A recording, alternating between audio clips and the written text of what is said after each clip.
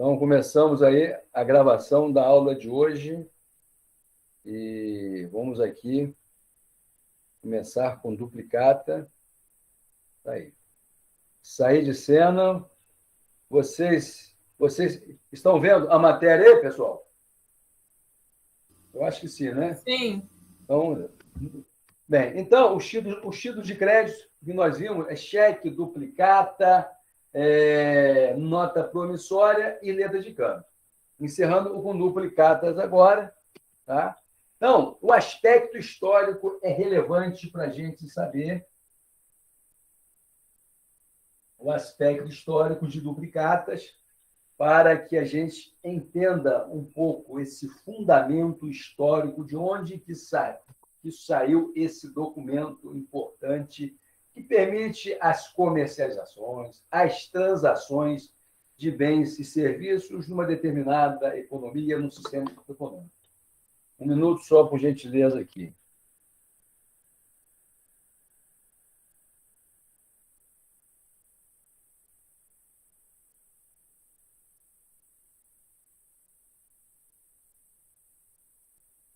Bem, então,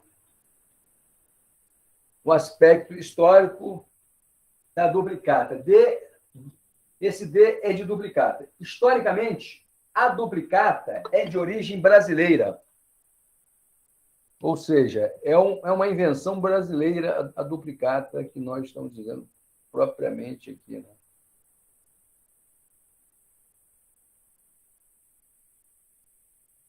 Vamos lá.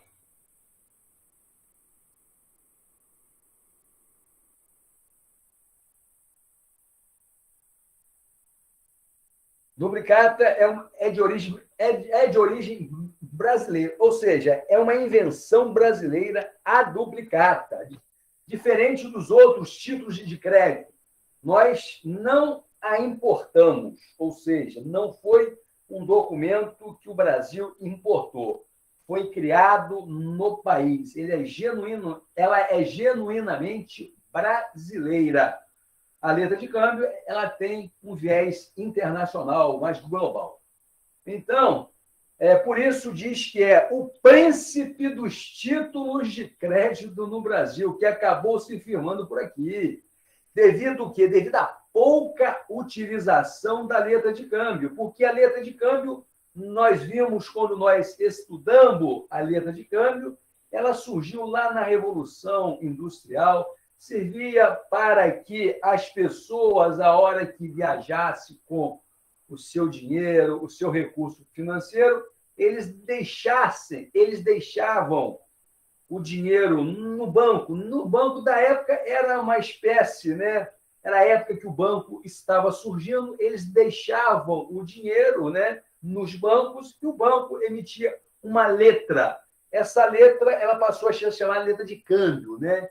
Então, as pessoas apanhavam uma letra no banco, né? Uma letra de câmbio, e iam descontar em outra praça. Por isso que é letra de câmbio. Então, ela surgiu lá antes da Revolução Industrial e ajudou muitíssimo na Revolução Industrial a dinamizar todo o sistema econômico da época. Então, está aí. Então, é o príncipe dos títulos de crédito, e então está aí. Na verdade, tornou-se o quê? Tornou-se obrigatória para efeitos fiscais em 1915. E para o governo tem a mesma função até hoje, qual seja, a partir da emissão de faturas, as quais devem o quê? Gerar a duplicata, como será visto a seguir, controlar o quê? A incidência de imposto. Então, no momento em que o empresário ele vende um produto, no momento em que ele faz a prestação de serviço, ele emite uma fatura. E, derivadamente dessa fatura, ele fatura um produto, ele fatura um serviço, e o documento vinculado, e o documento de cobrança dessa fatura, dessa venda, chama-se duplicata, uma invenção brasileira, onde o governo, né, através da duplicata, ele pode fazer um controle maior sobre a escrita fiscal das empresas. Com isso, cobrar mais impostos. É o que nós veremos adiante sobre a duplicata. Bem, a legislação que regulamenta as duplicatas é a Lei 5.474, de 68, modificada em alguns pontos pelo Decreto-Lei 436, de 69. Então, importante a gente guardar essa lei, importante a gente guardar esse decreto que modificou a Lei 5.474, que regulamenta as atividades que envolvem, né, as relações comerciais e econômicas que envolvem a duplicata, importante título de crédito considerado o príncipe dos títulos. Bem, importante neste contexto é a gente saber o conceito de duplicata. É um título de crédito causal, facultamente emitido pelo empresário com base em fatura representativa de compra e venda ou de uma prestação de serviço, como nós falamos anteriormente. Quem vende serviços, quem faz uma prestação de serviços, pode também emitir uma duplicata. Então, nós esmiuçaremos cada conceito, cada palavra desse conceito aqui, porque a duplicata é um título causal, facultativamente. Então, todas essas palavras nós vamos agora esmiuçar para interpretarmos melhor o conceito de duplicatas. Mas o que eu quero deixar claro aqui para vocês, que é importante, que a duplicata é um título causal e ela é derivada, né? Ela, como está aqui, ela representa uma relação de compra e venda. Está aqui. Bem, analisando o conceito que nós acabamos de ver agora. Duplicata é título causal. Título causal é sinal que, né, ele é oriundo, ele é decorrente de alguma causa, de alguma variável causal. Por quê? Porque só pode o quê? Ser originado a partir de negócios causa, muito bem? Ou seja, tem que existir efetivamente um negócio jurídico para que eu possa ter este importante documento que é a duplicata. Previamente, o quê? Determinado pela lei que nós vimos, a Lei 5.474. Muito bem.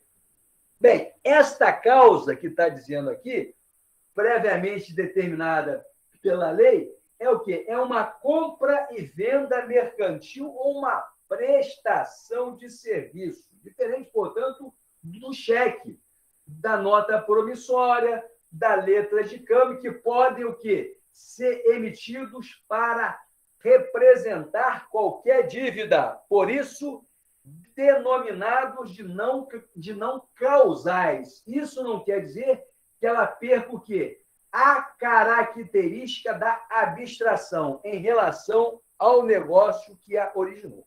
Importante a gente parar aqui. Olha só. Este conceito aqui, que diz que a duplicata é um título causal, ele diz o seguinte, olha, a duplicata, ela vai nascer, tá certo? Sempre de quê? De um negócio jurídico mercantil, de uma compra e venda. Ela não é como o cheque, como a nota promissória, como a letra de câmbio, que pode o quê? Que pode ser emitido o quê? Para representar qualquer tipo de dívida. Bem, um exemplo aqui de qualquer tipo de dívida. Eu, por exemplo, posso emprestar dinheiro à minha amiga Karina. Muito bem? Aí eu vou falar com ela. Olha, Karina, eu vou te emprestar R$ 1.000. Todavia, eu vou querer que você assine para mim o quê? Uma nota promissória. Muito bem? Onde a Karine me promete que vai me pagar no período, suponhamos, de 6 meses. Então, a duplicata é vencível, a duplicata não, a nota promissória é vencível no final de 6 meses. Assim como o cheque.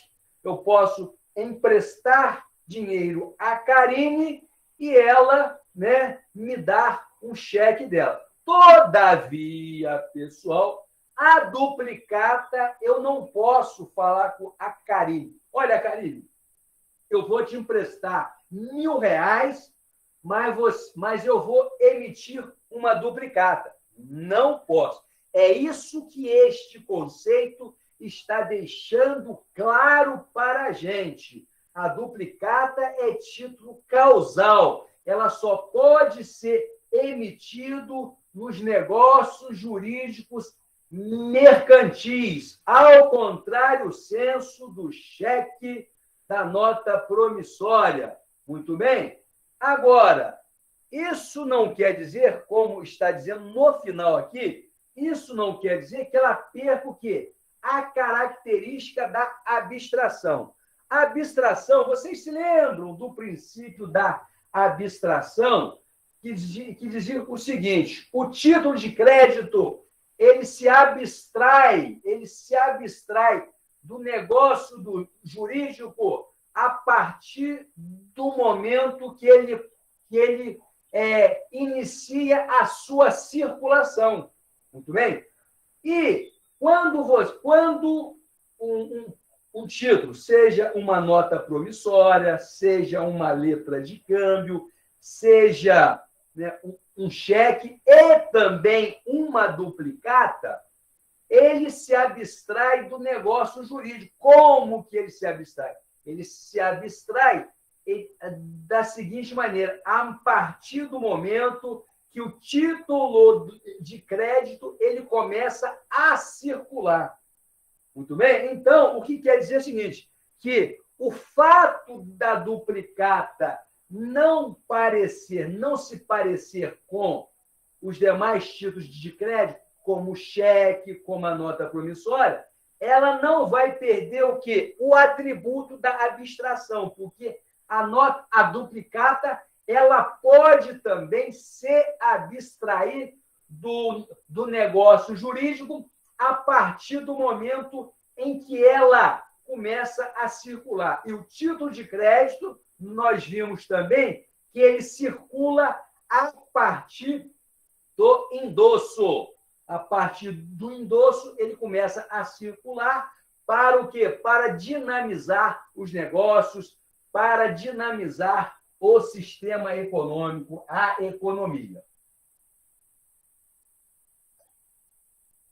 Então, tá aí. Então, vamos lá. Então, importante esse conceito aqui, que é matéria de prova para a gente aí. Hein? Pessoal, só para lembrar ao pessoal que chegou agora, eu coloquei um gabarito aí do nosso exercício que está lá no grupo, exercício sobre listening. Depois vocês anotem o gabarito aí. Então, veja bem.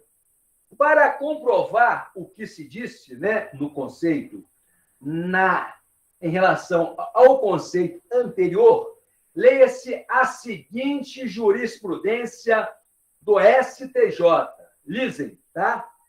Duplicatas, protestos. Veja bem, a turma conheceu em parte do recurso para determinar a sustação ou cancelamento de protestos das duplicatas enviadas a cartório por entender que o negócio de leasing não admite a emissão de duplicata, ainda que avançada razão pela qual o título não pode ser levado a protesto. Então, nós veremos hoje esse contrato mercantil de leasing. Leasing é uma espécie não, é um aluguel de equipamentos, aluguel de computadores que as empresas fazem, os agentes econômicos fazem. Então, essa jurisprudência do STJ diz o seguinte: por se tratar o leasing, tá,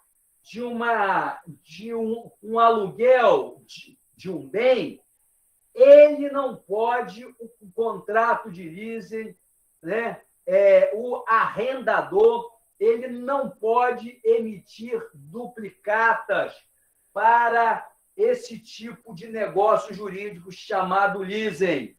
Muito bem? Então, a duplicata ela só pode ser emitida nos contratos mercantis de compra e venda de bens e serviços. Mas, professor, o leasing também é serviço? Sim, mas o leasing ele tem uma peculiaridade. O leasing tem uma particularidade, pessoal, como essa jurisprudência está colocando aqui. Então, nos contratos de leasing, não pode ser emitida duplicata para o arrendatário fazer o pagamento. Anota essa parte, porque pode cair em um concurso desse que vocês podem fazer ou na prova da OAB. Bem, aí está a jurisprudência do ministro Rui Rosado, de 11/5/1999. Então, diz assim: com isso podemos afirmar que nem pela vontade das partes contratantes a causalidade pode ser dispensada, sob pena de provocar o quê? A nulidade do título de crédito em questão. Então, tá aí. Bem, facultativamente, olha só para vocês não se perderem, tá? Eu já estou percebendo que tem gente voando aí. Então, o que eu estou fazendo é interpretar o conceito. Eu já interpretei o título causal, agora eu vou interpretar no conceito o que quer dizer o conceito de duplicata quando ele menciona a palavra facultativamente. Muito bem? Está aqui. Facultativamente, olha só, a lei oferece esta opção ao vendedor para que ele o quê? Cerque seus negócios jurídicos de maior cuidado, mas ele, o vendedor, não é obrigado a emitir duplicata. Por outro lado, só esse título de crédito pode ser representativo de uma compra e venda mercantil. Já o devedor, se ele quiser, pode subscrever, por exemplo, uma nota promissória, um cheque, mas a norma pretende o quê? Beneficiar o empresário, informando que é este o único título de crédito que ele pode emitir. Então, olha só a palavra facultativamente. A lei faculta o empresário, tá?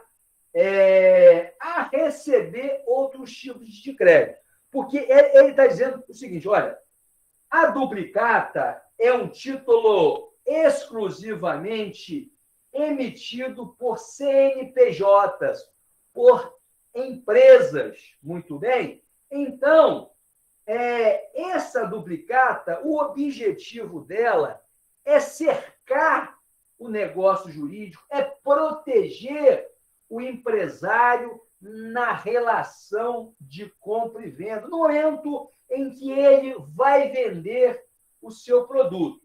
Todavia, devido a essa facultatividade, a legislação permite também que o devedor ele, numa relação de compra e venda de bem, ele possa também utilizar o quê? Utilizar uma nota promissória. Eu vou comprar um carro numa agência, por exemplo, né? A agência, ao invés de emitir uma duplicata, ela pode me forçar, eu como o comprador, ela pode me dar uma nota promissória e eu assinar. Por isso que tem essa facultatividade.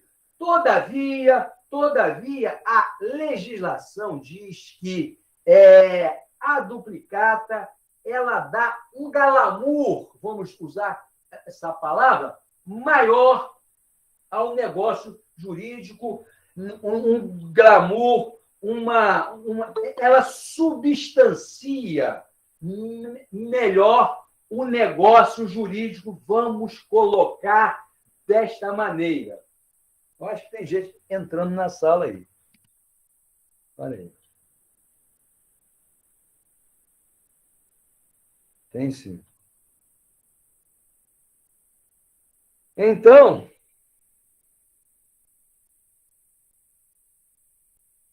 tá aqui. Então, falamos aqui sobre a facultatividade. A questão de que a duplicata é facultativa, tá? Mas, via de regra, o empresariado, as pessoas que possuem CNPJ emitem uma duplicata. Então, ou seja, se o vendedor emitir outro título de crédito que não seja a duplicata, haverá o quê? A insubsistência do mesmo. Em suma, ou o devedor emite a duplicata ou não emite título de crédito nenhum, artigo 2º. Embora tal entendimento já venha sendo minimizado pelo STJ. Então, nós temos aqui uma súmula do STJ, onde ele minimiza, né, essa relação, esse entendimento. Muito bem. Olha só, quem pode emiti-lo? Só empresários, diferente também dos outros títulos de crédito. Então, foi o que nós falamos aqui. Somente a pessoa jurídica pode emitir duplicata. Eu, pessoa física, eu vou vender um apartamento, vou vender um carro, eu não posso emitir duplicata nenhuma para o meu devedor me pagar. A duplicata nasce a partir de quê? Como nós falamos logo no começo, a partir da fatura. Da fatura é o documento onde eu vou relacionar os inúmeros produtos que eu estou vendendo. Então, observe-se o que dispõe o artigo 1º desta lei. Em a compra e venda sendo paga em prazo maior que 30 dias, o comerciante é o quê? É obrigado a faturar. Então, olha aí, importante isso aí. A fatura, além da nota fiscal, é mais o quê? É mais um instrumento que serve para a fiscalização fazendária. Tal exigência da obrigatoriedade da fatura não se faz presente em relação à prestação de serviço, mesmo superior a 30 dias. Então, pessoal, a fatura é o quê? É o documento onde o vendedor relaciona os itens que o comprador está adquirindo. Então, no momento em que entra um consumidor na minha loja e ele faz uma compra a prazo, eu emito que uma fatura dizendo, olha, fulano de tal, ele comprou o produto A, o produto B e o produto C. Tá? Em cima dessa fatura, eu vou o quê? Eu vou emitir uma duplicata, um título de crédito, para que o consumidor possa pagar. Este documento, a fatura, assim como a duplicata, isso facilita sobremaneira a Fazenda Pública, facilita a fiscalização da Receita Federal ou dos órgãos fazendários. Muito bem? É por isso que a legislação brasileira ela permite que haja, né, no nosso ordenamento jurídico, né, a duplicata, porque isso facilita bastante, né? Dá maior, vamos colocar assim, dá maior transparência aos negócios e facilita, reiterando, a fiscalização da Fazenda Pública. Hoje em dia, o que se costuma fazer é a junção, a união no mesmo documento da nota fiscal e da fatura. Observe que a fatura não é título de crédito. Muito bem. Então, a fatura ela não pode circular no mercado, eu não posso endossar, porque a fatura é apenas um documento legal onde é relacionado à quantidade de bens que o consumidor adquire. Muito bem? Isso é definido por lei. No resumo da ópera, a duplicata é o quê? Importante isso aqui. A duplicata é uma cópia da fatura, mas com o poder e todas as vantagens de ser o quê? Um título de crédito.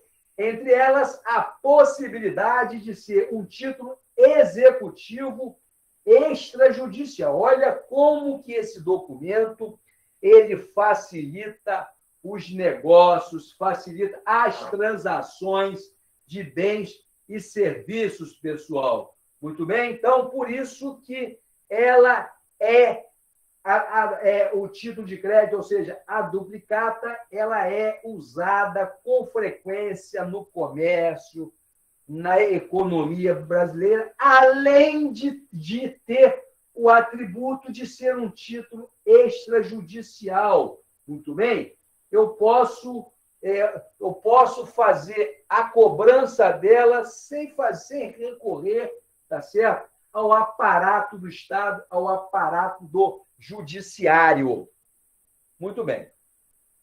Bem, é título de crédito de modelo vinculado, assim como o cheque, a duplicata, ela tem o quê? As normas de sua elaboração determinada pelo CMN. CMN é o Conselho Monetário Nacional. É vinculado o quê? É um título vinculado à lei. Muito bem? É criado por lei. 6. É o quê? A duplicata é uma ordem de pagamento, assim como a letra de câmbio e o cheque. Ok? Nós veremos logo a seguir um modelo. Nós veremos logo a seguir uma duplicata para que vocês possam ter contato, possam entender. Vamos materializá-la, melhor falando desta maneira. Então, está aqui. Bem, importante para a gente saber os requisitos que devem conter a duplicata lá. Isso aí é o requisito que está na Lei 5.474. Muito bem? Artigo 2º, parágrafo 1º. Primeiro, a duplicata ela deve ter o quê? A denominação duplicata. Tem que ter a data da sua emissão.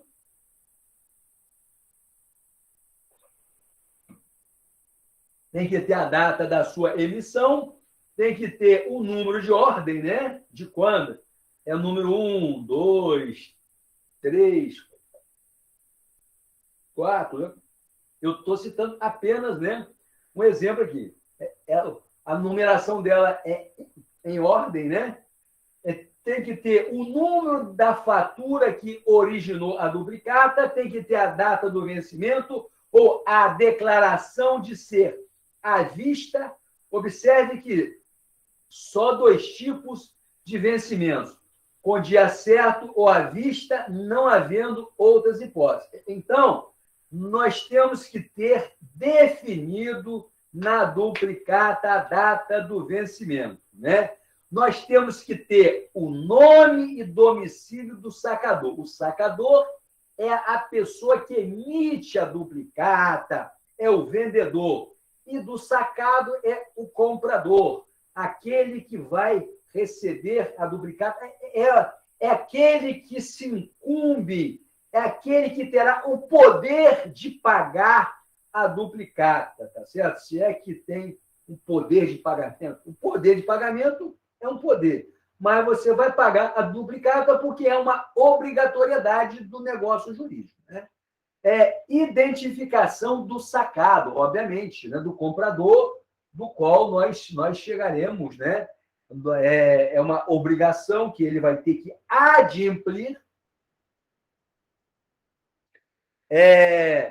A importância a pagar, né? Em algarismo e por extenso. Isso, pessoal, é a formalidade da lei. Eu estou lendo exatamente o que a lei, né?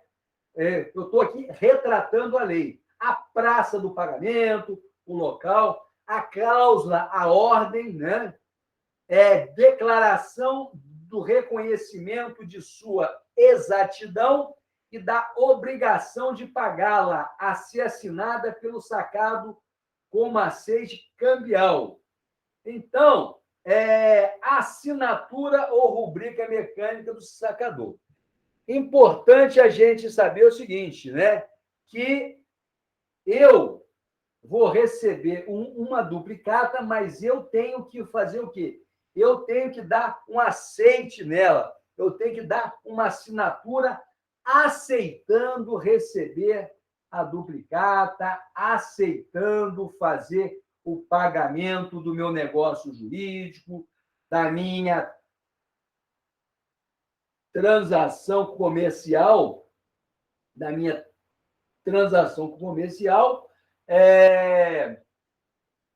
através desse documento, desse título de crédito chamado duplicata. Então, está aqui. Aí está a duplicata.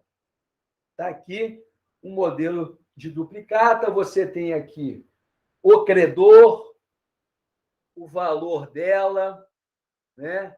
Nós temos aqui uma pessoa jurídica, né? Uma limitada, a Fabi Companhia Limitada, o endereço dela.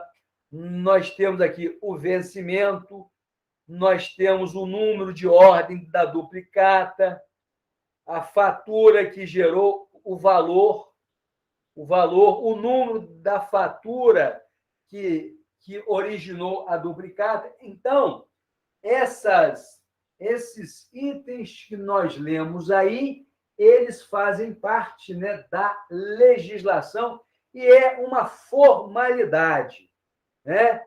Espaço para o aceite, assinatura do devedor.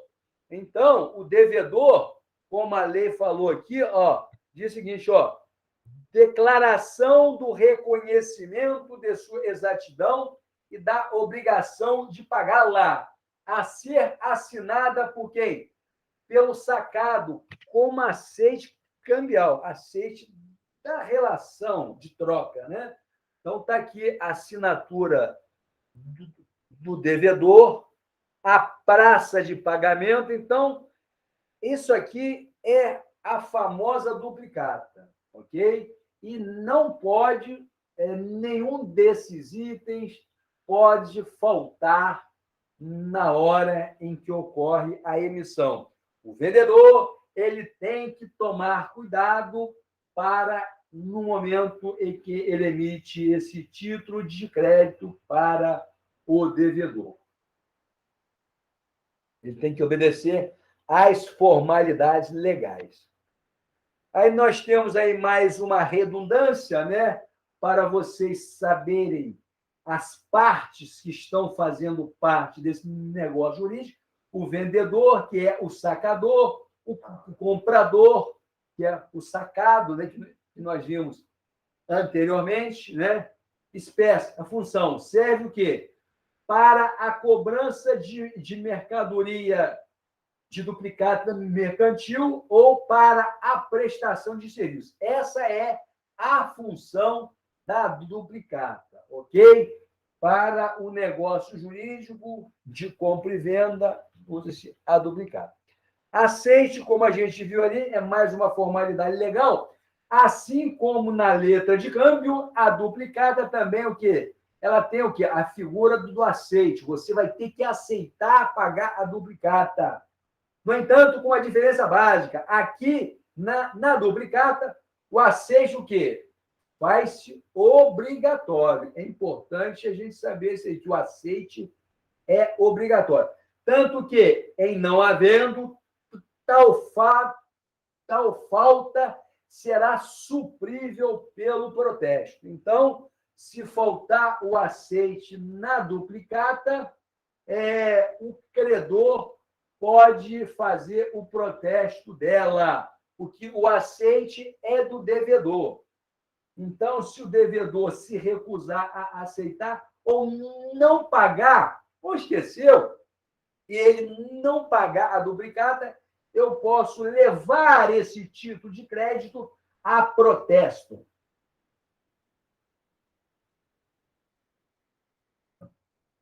Então, tá aí. Bem, eu tenho a duplicata. Todavia, se a duplicata, pessoal, for extraviada ou perdida, o vendedor pode emitir uma triplicata, muito bem, que seria o quê? Que seria uma outra duplicata, né? Então, está aí uma possibilidade no caso de extravio, você emitir uma outra duplicata, que é chamado na lei de triplicata. Está aí. Fim. Então, acabamos aí de ver o último título de crédito nosso, né, que foi a duplicata. Vamos aí.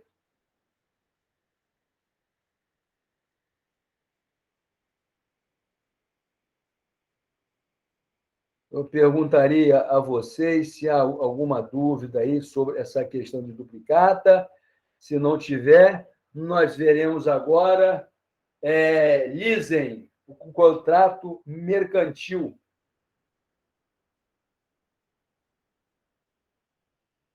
Então, se ninguém tem dúvida, vamos agora passar para outro momento da nossa aula de hoje. Está aqui. Vou pegar aqui, deixa eu fechar aqui.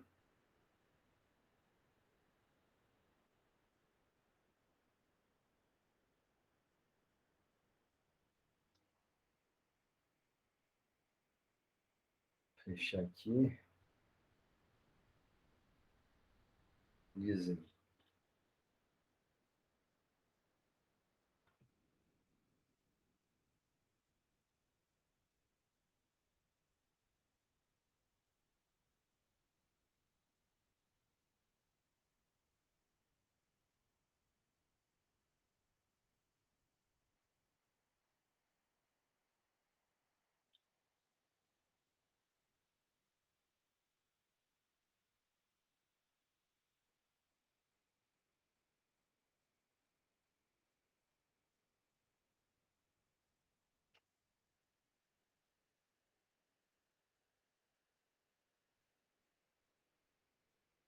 Agora veremos agora, leasing. Deixa eu só pegar um pouco d'água ali, pessoal.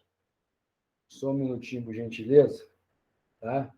Aula 12. Deixa eu completar um pouco aqui. Um minuto, por favor.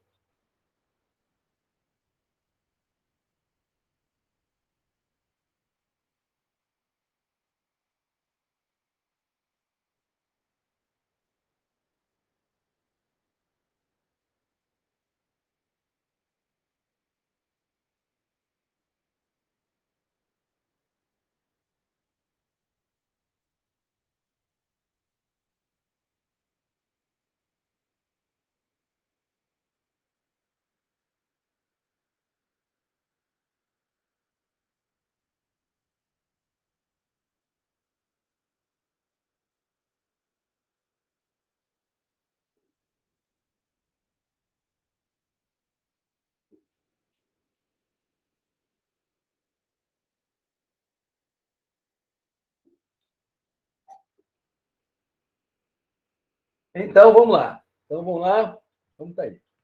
Vocês estão vendo aí, pessoal? Ok, né?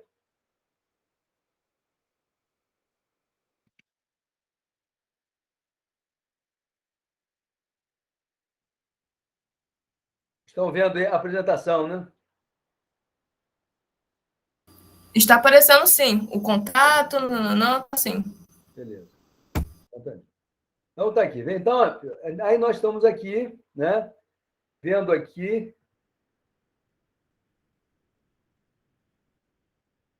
Temos aqui. A aula agora é Listening. Listening, vocês já devem ter ouvido, né? No dia a dia. Vou fazer um listening, né? Eu tenho um cheque no posto, eu tenho um posto de gasolina e eu recebo vários cheques pré-datados.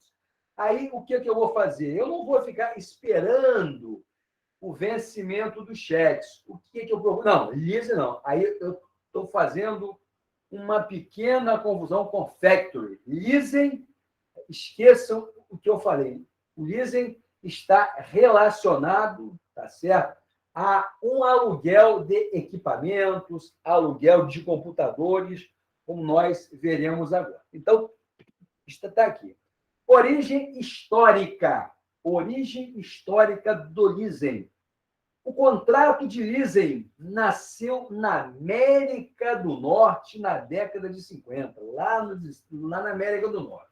Tá? Analisando sua terminologia, vemos que ela expressa o quê? Literalmente seu propósito. Se não vejamos, do leasing aluga para ing, sufixo, que exprime o quê? Ação verbal igual a leasing ou alugando. Em uma tradução livre, leasing, o que é? É um aluguel, tá? Um aluguel. É isso que a gente tem que guardar no momento em que nós formos fazer um leasing, no momento em que a gente for ajudar um cliente a fazer um contrato de leasing. Tá aí. Embora alguns doutrinadores busquem paralelos com outros tempos, formas de contrato e códigos de Hammurabi, a Idade Média e Grécia tem-se como certo que a origem do contrato de leasing no direito norte-americano.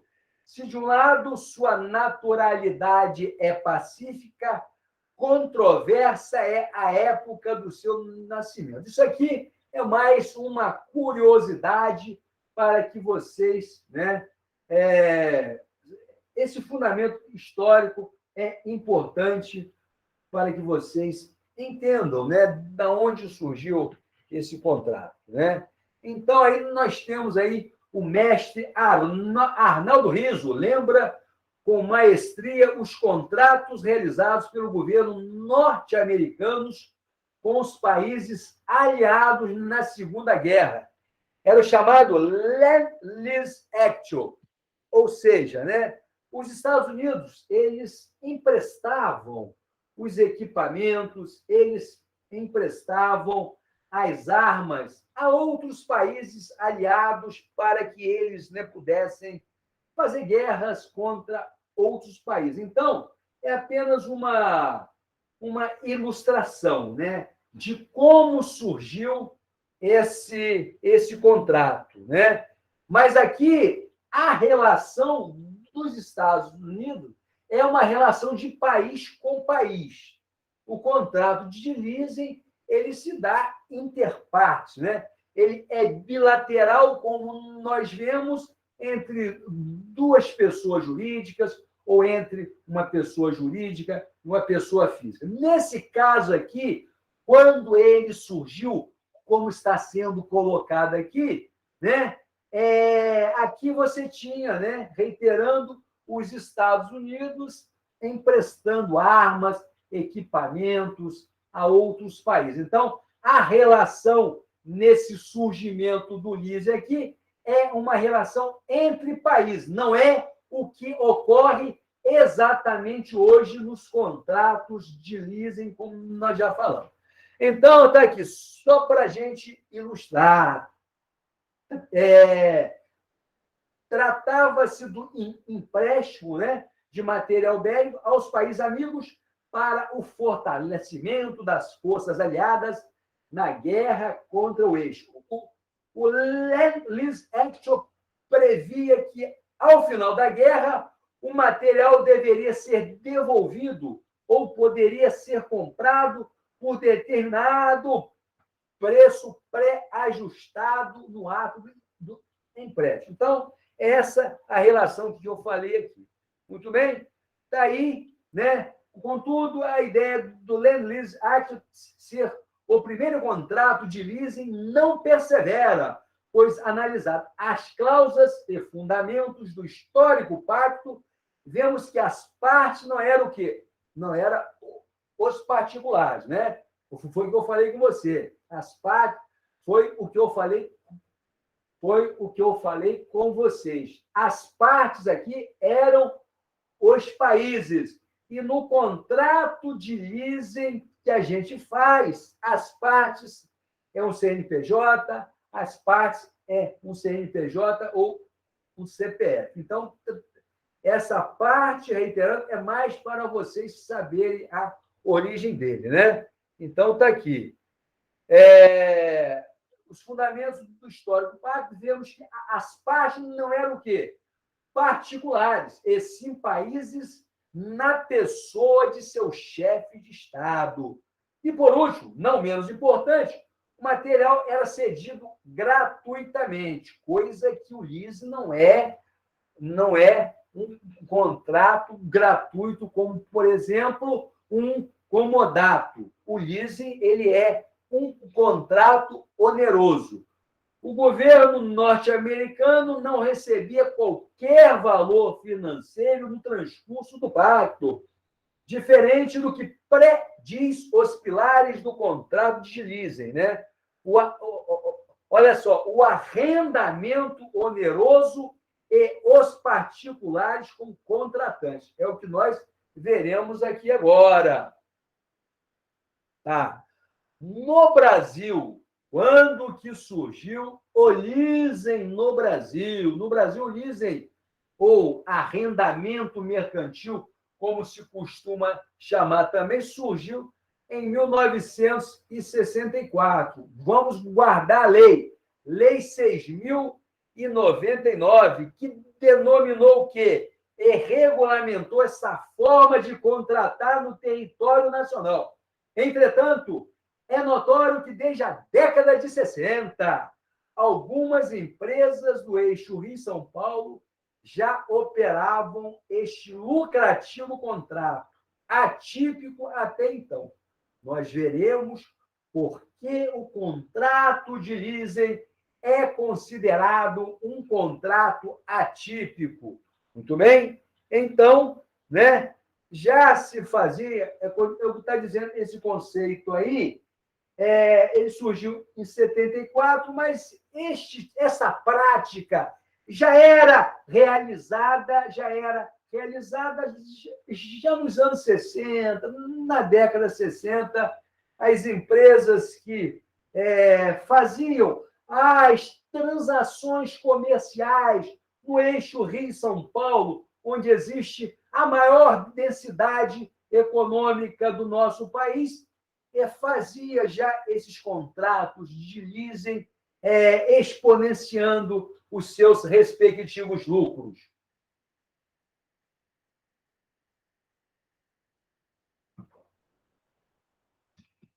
Então, tá aí. Aí nós temos aí a Associação Brasileira de Empresas de Leasing, que foi fundada, né, em 1970, em São Paulo, que reuniu as empresas do setor e ajudou a tornar ainda mais sólida e respeitada o quê? A figura do leasing. Então, essa associação, essa organização de interesses de pessoas interessadas, empresas interessadas em usar esse tipo de contrato lucrativo. Por que vocês verão que ele é lucrativo? Porque no mundo dos negócios, pessoal, hoje, você, ao invés de adquirir um carro, um caminhão, uma frota de ônibus,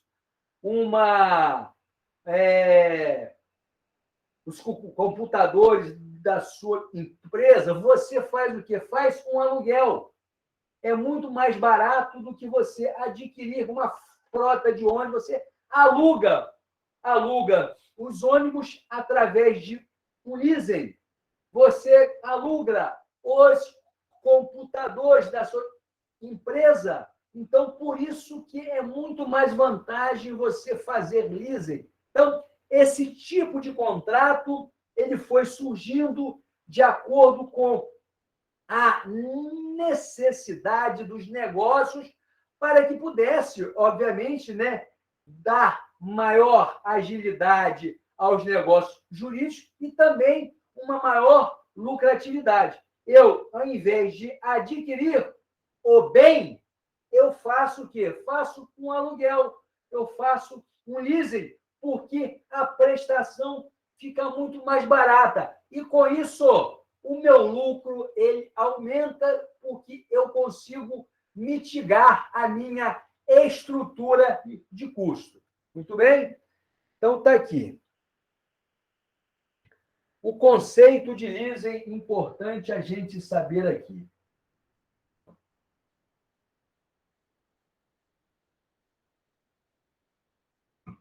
O conceito de leasing.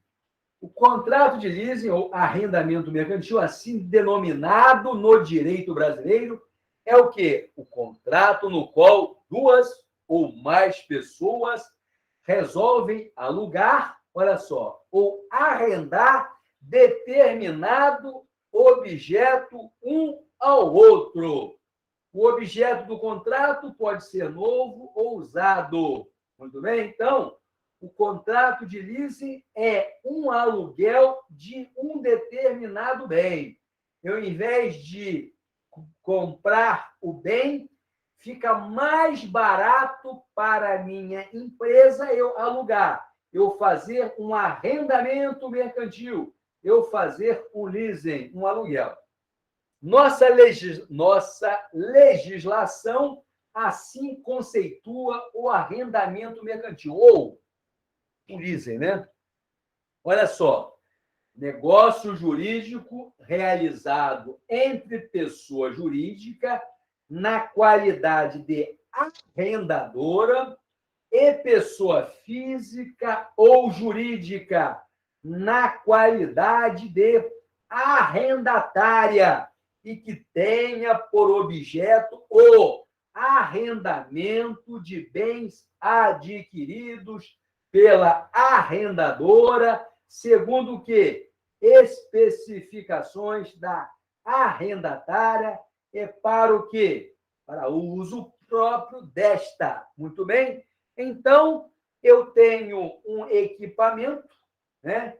Eu tenho um equipamento, eu sou um arrendador, eu tenho um interessado, que é o arrendatário, ele precisa utilizar esse equipamento. Como? Suponhamos um carro, uma máquina, né? Um computador, eu alugo para ele, ele é o arrendatário, muito bem? Então, esses bens, ele é adquirido pela arrendadora. Então, veja bem o seguinte, vamos dar um exemplo concreto aqui.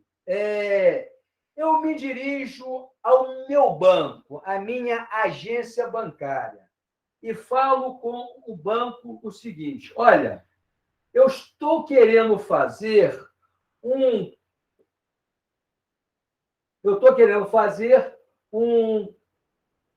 contrato de leasing. Eu estou querendo o quê? Adquirir um caminhão. A minha empresa está querendo adquirir um caminhão. O que o banco faz, pessoal? O banco vai o quê? O banco vai ao mercado, adquire o quê?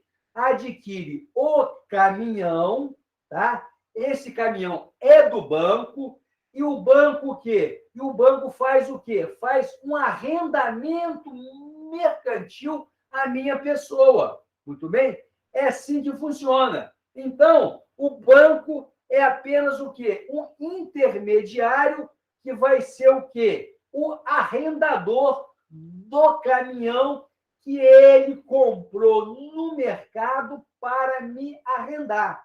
É assim que funciona. Então, o banco é o arrendador, eu sou o arrendatário, né? E o banco e o caminhão é do banco. Muito bem? Eu vou apenas utilizá-lo, né? De uma forma assim, nessa relação contratual que nós chamamos de leasing. O mestre Arnaldo Rizzardo, em seus ensinamentos doutrinários, assim leciona. Mestre, então, ele leciona sobre o contrato de leasing que nós falamos aqui, né?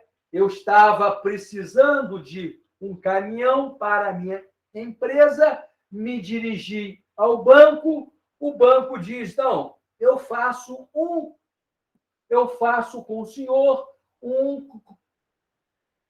contrato de leasing. Eu vou adquirir no mercado o caminhão, tá? E vou arrendar para o senhor José Aldo. Então, está aí. Então, vamos ver o que diz aqui o mestre. Um contrato de natureza econômica e financeira, pelo qual o quê? Uma empresa cede em locação a outra um bem móvel ou imóvel, mediante o quê? Mediante o pagamento de determinado valor ou preço, muito bem? Então, isso é o leasing. Reiterando, o banco ele cedeu para mim um caminhão que ele comprou no mercado, tá? E eu vou utilizar esse caminhão na minha empresa, esse bem móvel ou imóvel também, né? Para que eu possa fazer a minha atividade, possa exercer a minha atividade econômica. Então, vocês olham que o mundo dos negócios ele tem vários contratos, ele tem várias situações, vários cenários que permitem, né, que o empresário ele possa mitigar o custo de produção dele. É isso que o contrato de leasing, né, ele proporciona a quem adere esse tipo de contrato. Então, diz assim, o arrendador é o proprietário do bem, pois é quem realiza a compra. É o exemplo do banco. A posse ou usufruto, no entanto, fica o quê? Fica a cargo do arrendatário, que é quem usufruirá, de fato, do objeto pelo período pré-acertado. Então, foi o que eu falei. Eu fui ao banco e solicitei ao banco o quê?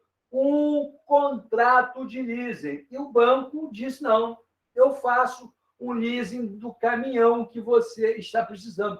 A sua empresa está necessitando, seu José. Então, eu tenho a posse, o usufruto do caminhão, todavia, este caminhão não me pertence, ele pertence a um proprietário, tá certo? No caso em tela aqui, reiterando o banco. A partir deste princípio, podemos o quê? Elaborar um paralelo entre contratos similares ao leasing, estudo que faremos no tópico oportuno. Então, está aí um fundamento para que nós possamos entender esse leasing, este importante contrato, este importante arrendamento mercantil que dá maior eficiência às relações comerciais, às relações econômicas. Então, está aqui. O leasing, ele prevê que, ao final do contrato, o arrendatário pode quê? Pode devolver o bem, renovar a locação ou comprá-los. Então, pessoal, esse contrato de leasing, ele permite ao arrendatário, tá? Olha que coisa interessante. Ele permite eu renovar o contrato, né? Ele permite eu devolver o bem ao banco e me permite também a fazer o quê? A opção de compra do caminhão.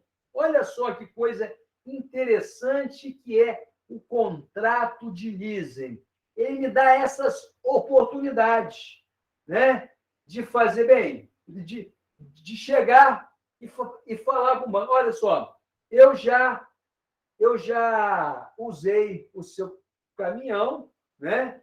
Eu já atendi a minha demanda, eu agora vou fazer o quê? A devolução dele, né? Eu posso também renovar a locação, ou seja, continuar com o aluguel do caminhão, continuar com o contrato de leasing. Ou, se não, no final do contrato, eu posso manifestar a minha opção de compra. Então, são essas as três oportunidades que este contrato me proporciona.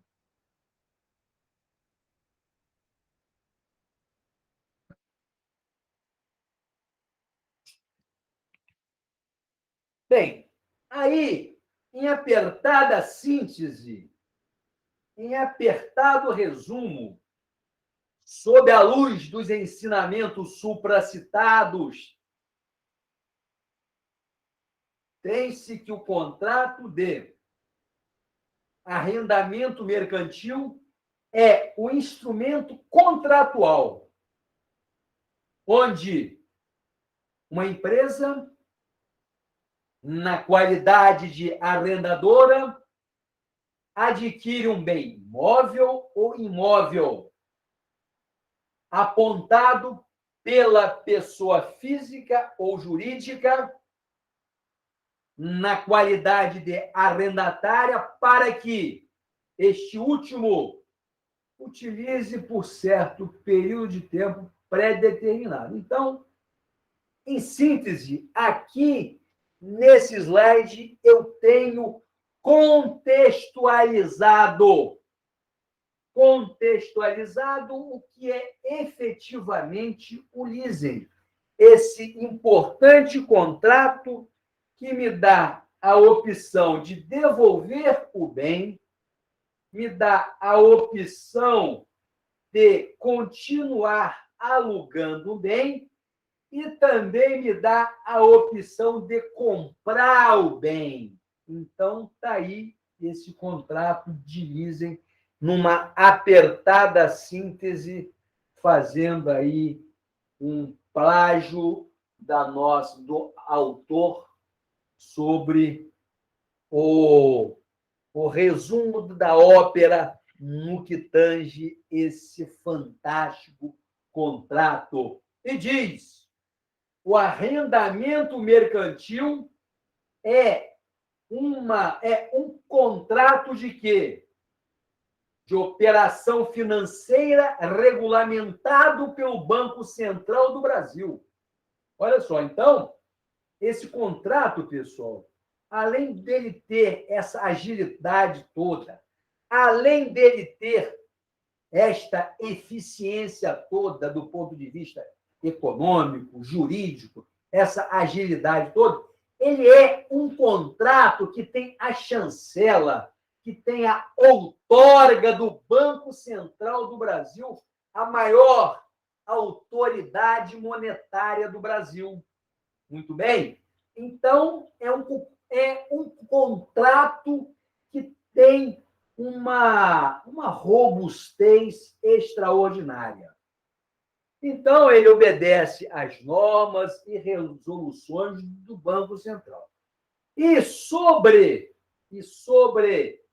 os contratos de leasing incide o famoso imposto ISS, Imposto de Competência Privativa dos Municípios. E também nós temos também o IOF, o Imposto sobre Operações Financeiras de Competência Privativa do Governo Federal da União. Então, nós temos aí esse contrato que está aí sob a lente do Banco Central, sob a guarda, sob a tutela do Banco Central. Muito bem? Está aí. Bem, formas de leasing, para a gente aí já encaminhando para um instante final da nossa aula. Nós veremos aí as formas de leasing. Está aqui.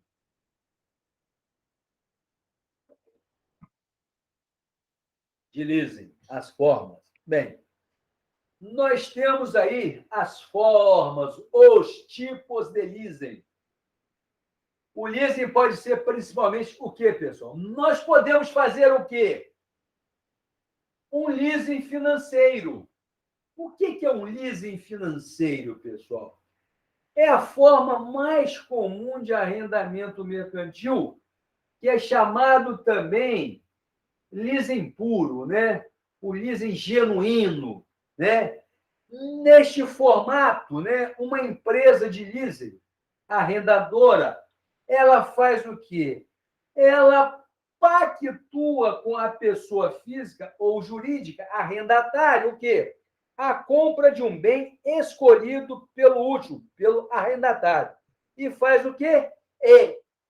Transfere-lhe a posse por um período predeterminado mediante o pagamento de contraprestações. Exatamente o exemplo que eu dei lá no começo. Eu sou um empresário e preciso de um caminhão. Olha só, pessoal, eu acho que eu esqueci de falar com vocês.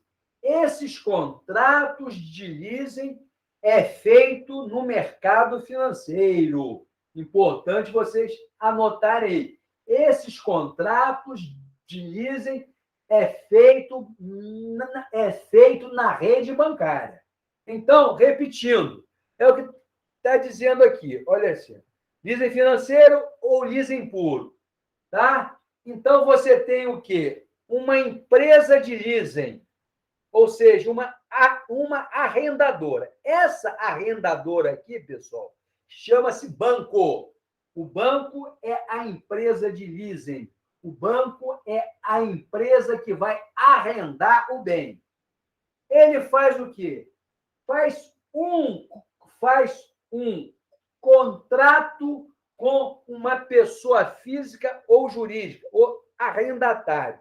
No caso, em tela aqui, esse arrendatário sou eu, a minha empresa.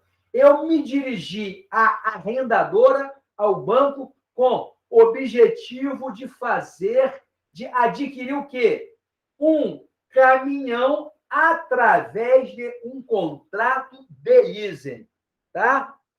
Então, arrendatária, a compra de um bem escolhido, né? E faz o quê? E a arrendadora, ela transfere o quê? A posse do bem por um período predeterminado. E eu vou fazer o quê? Um pagamento das contraprestações. Então, eu alugo um caminhão num período de 10 anos. E eu vou fazendo o quê? O pagamento desse aluguel ao banco que eu escolhi para fazer esse leasing puro, esse leasing financeiro, pessoal. Muito bem? Então, é a maior sacada do momento. É um contrato contemporâneo, atualíssimo. Muito bem. Aí fala sobre o valor das contraprestações, se serão suficientes para... Muito bem? Então, está aí. Resumindo, é isto aí, tá? Leasing é um aluguel, tá? Aí tem os prazos do leasing, existem vários tipos de leasing, né, de prazo. Aí você vai chegar no banco, vai manifestar a sua vontade, vai manifestar o seu desejo de adquirir um bem, tipo de bem, seja os computadores que a sua empresa necessita ou precisa, você não vai adquirir esses computadores, eu dizer, não, esses computadores eu vou adquiri-los, eles serão meus. Nada disso. Isso não é viável do ponto de vista econômico, já que nós podemos o quê? Ao invés de fazer a aquisição dos computadores, eu posso simplesmente o quê? Alugar os computadores, que será muito mais rentável para as minhas empresas ou para a minha empresa.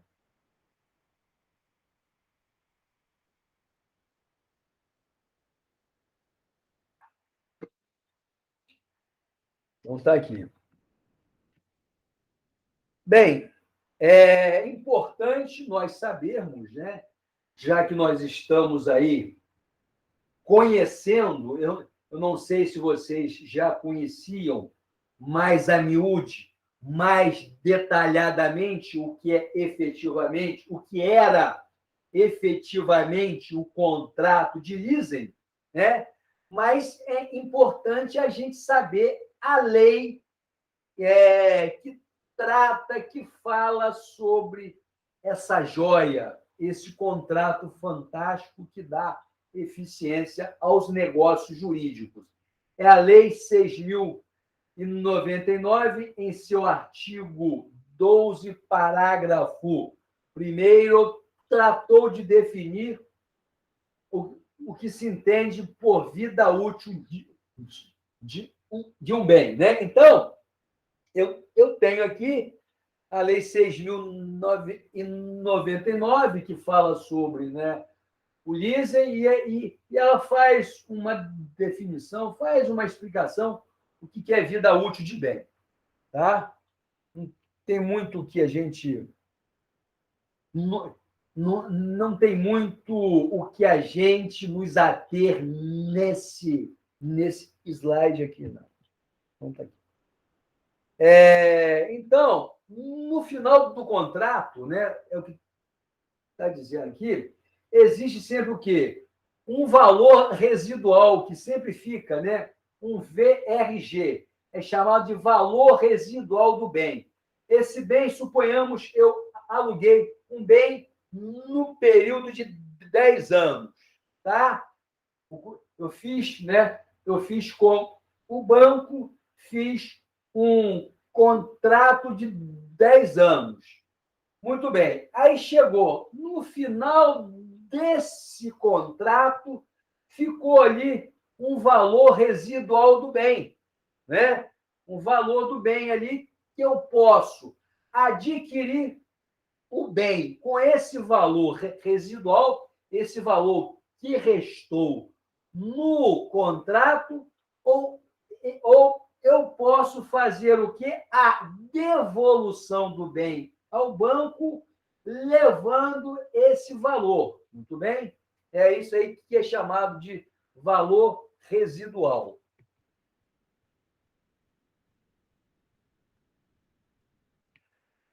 Bem, aí a gente falou sobre leasing financeiro. Aí nós temos aqui o leasing operacional. É também chamado de rent, né?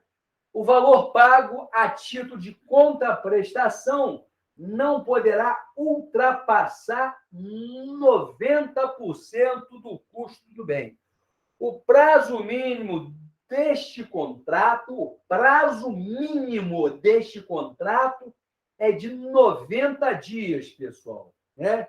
É mais uma curiosidade, né, para vocês saberem esses tipos de leasing. Né?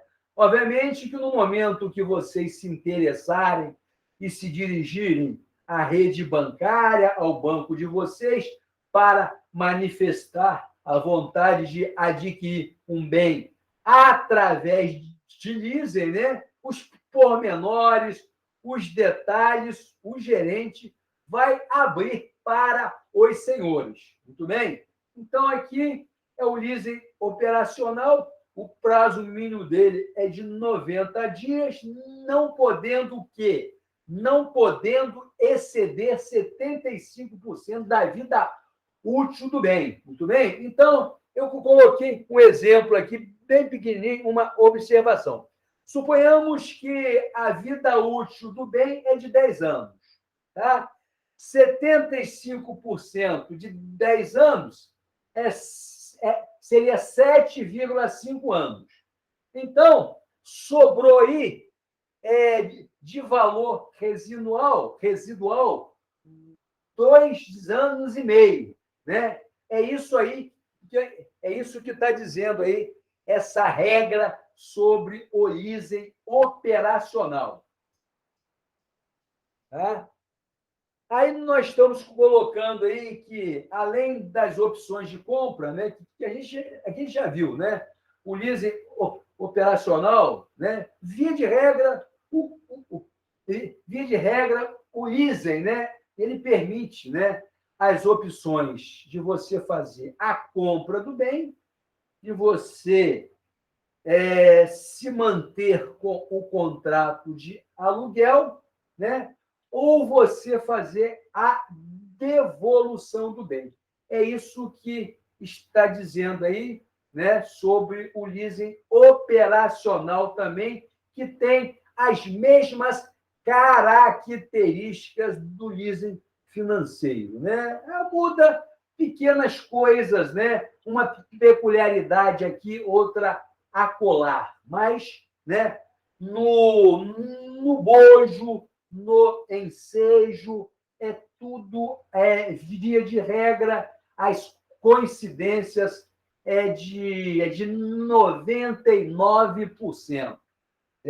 Já que é leasing, né? Leasing é leasing, né? Filosoficamente, vamos colocar assim, vamos utilizar esta palavra, do ponto de vista filosófico, é tudo a mesma coisa. Leasing é uma coisa só.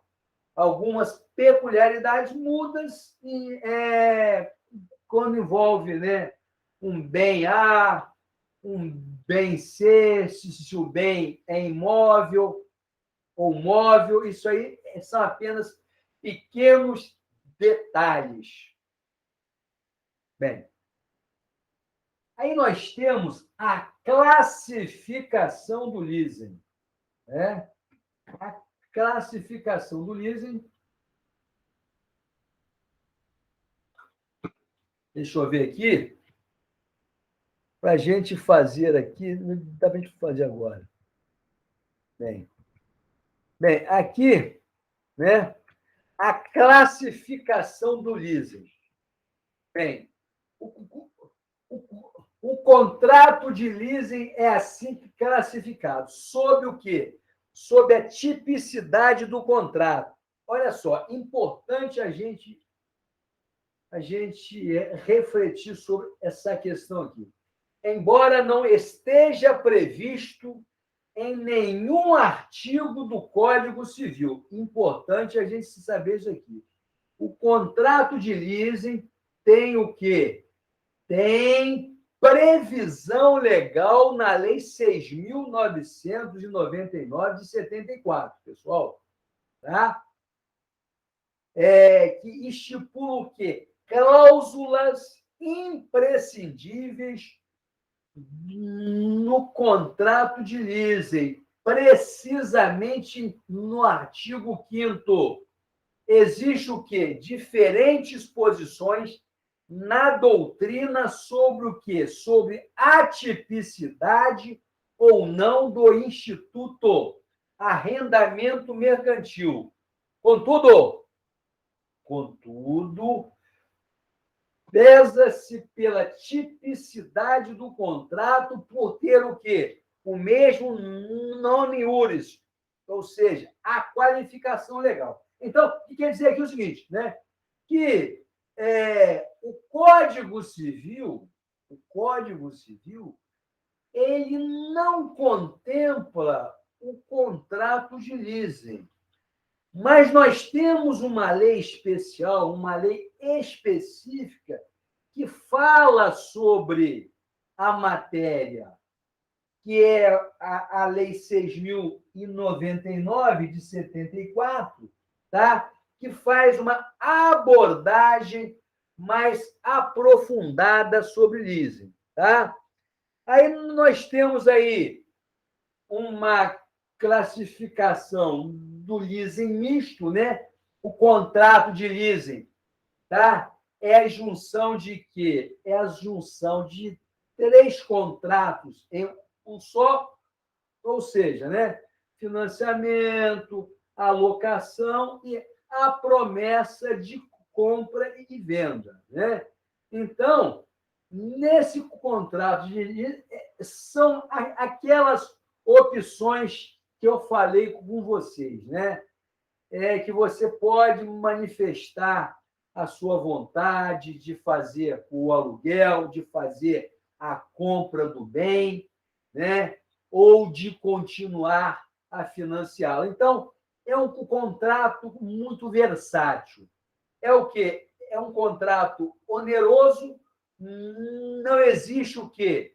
Não existe lease sem o quê? Sem a contraprestação financeira, o pagamento das prestações. Muito bem? O contrato ele é bilateral. Obviamente, o quê? Haverão 2 partes no contrato, né? E também o contrato de leasing ele é paritário. Muito bem?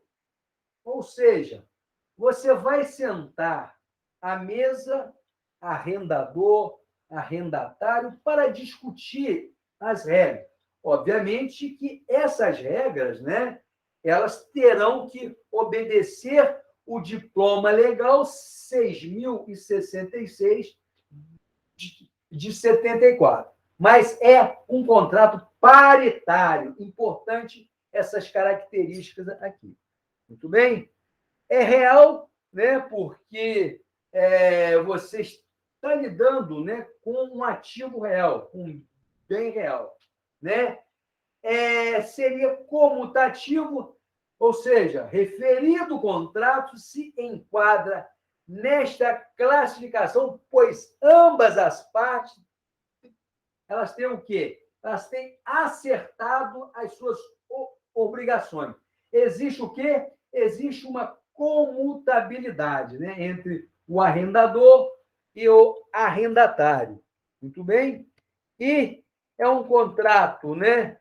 É um contrato que está o quê? Ele não é um contrato acessório, ele tem a característica de um contrato principal e, no momento, ele existe o quê? Uma solenidade, né? Ele é obrigado a seguir algumas exigências legais. Então, é um ato solene, o ato de assinatura do contrato de leasing, porque ele obedece algumas formalidades. Ok? Então, por hoje, a gente fica por aqui e semana que vem a gente continua a ver essa parte de leasing e vamos entrar nessa parte de factory, de fatorização, a gente terminaria semana que vem. Muito bem, pessoal? Agradeço a vocês. Eu já coloquei o gabarito aí, tá? E semana que vem a gente começa uma nova matéria, porque semana que vem vamos colocar, seria a nossa última aula, porque é a penúltima. É a penúltima, né? Mas porque a última é mais uma revisão. Tá bom, professor. Boa noite. Boa noite.